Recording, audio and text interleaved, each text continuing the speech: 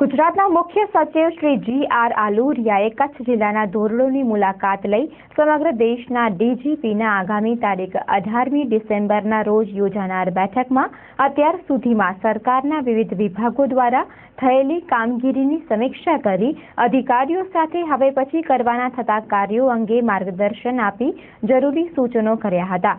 આ બેઠકમાં વડાપ્રધાન શ્રી નરેન્દ્ર મોદીની કચ્છ મુલાકાત અને સફેદ રણ ખાતે ઊભી કરવામાં આવેલ ડીજીપી બેઠકની તૈયારીઓ અને વ્યવસ્થાઓ માટે બનાવાયેલા વિવિધ સમિતિઓના કામકાજની વિગતો મેળવી કામગીરી અસરકારક થાય તે માટે અધિકારીઓ સાથે જરૂરી ચર્ચા વિચારણા કરી હતી।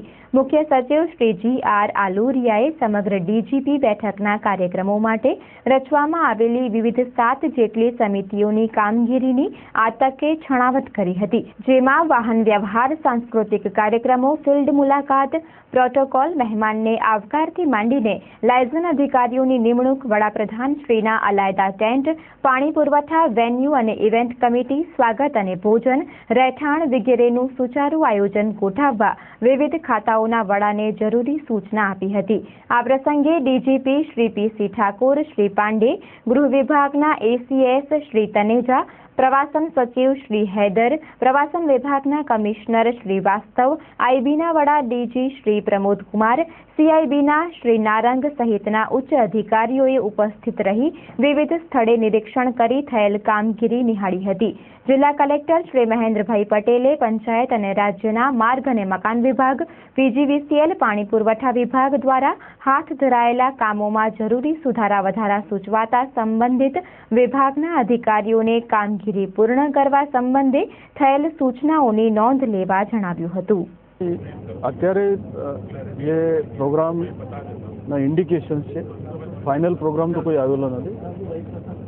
દર વર્ષે ભારત દેશમાં ડીજીપી લેવલની કોન્ફરન્સ થાય છે અને આ વર્ષે આ ડીજીપી કોન્ફરન્સ ગુજરાતમાં યોજવાનું નક્કી છે અને એ પણ આપણે અહીંયા ધોરડોમાં જે ટેન્ટ સિટી છે એમાં યોજવાની છે અને એની પૂર્વ તૈયારીના ભાગરૂપે અમે આજે હોમ સેક્રેટરી, ડીજીપી અને સ્થાનિક અધિકારીઓ સાથે આખી સમીક્ષા કરી છે અને જે સુવિધાઓ છે એ સુવિધાઓ અને બાકી જે પ્રોગ્રામ છે એના માટેની જરૂરી તૈયારીની સમીક્ષા કરવામાં આવે છે।